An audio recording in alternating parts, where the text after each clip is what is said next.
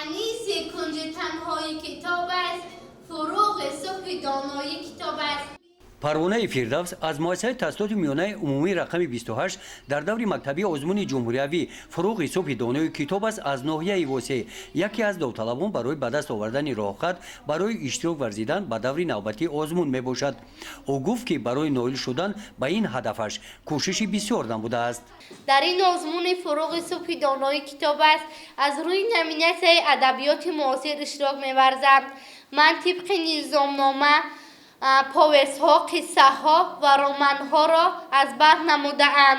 من پیش از همه مینداری خیش را و پیشوای معظم ملت پرزیدنت جمهوری تاجیکستان محترم امام علی رحمان و شخصانی که در این آزمون سهم گذارند احترام بی‌اندازه دارم، زیرا این آزمون بار دیگر ما نورسان را به کتاب و کتابخانه مطالعه اثرهای جهانی معنویات ما را بایگرداند.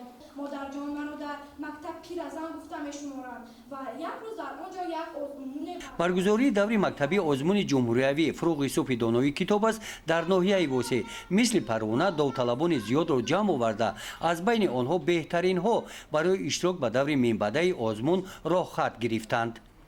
گزارش خوجا نظریف خدای نظر ظهوروف از ناحیه واسه برای برنامه اطلاعاتی نوید.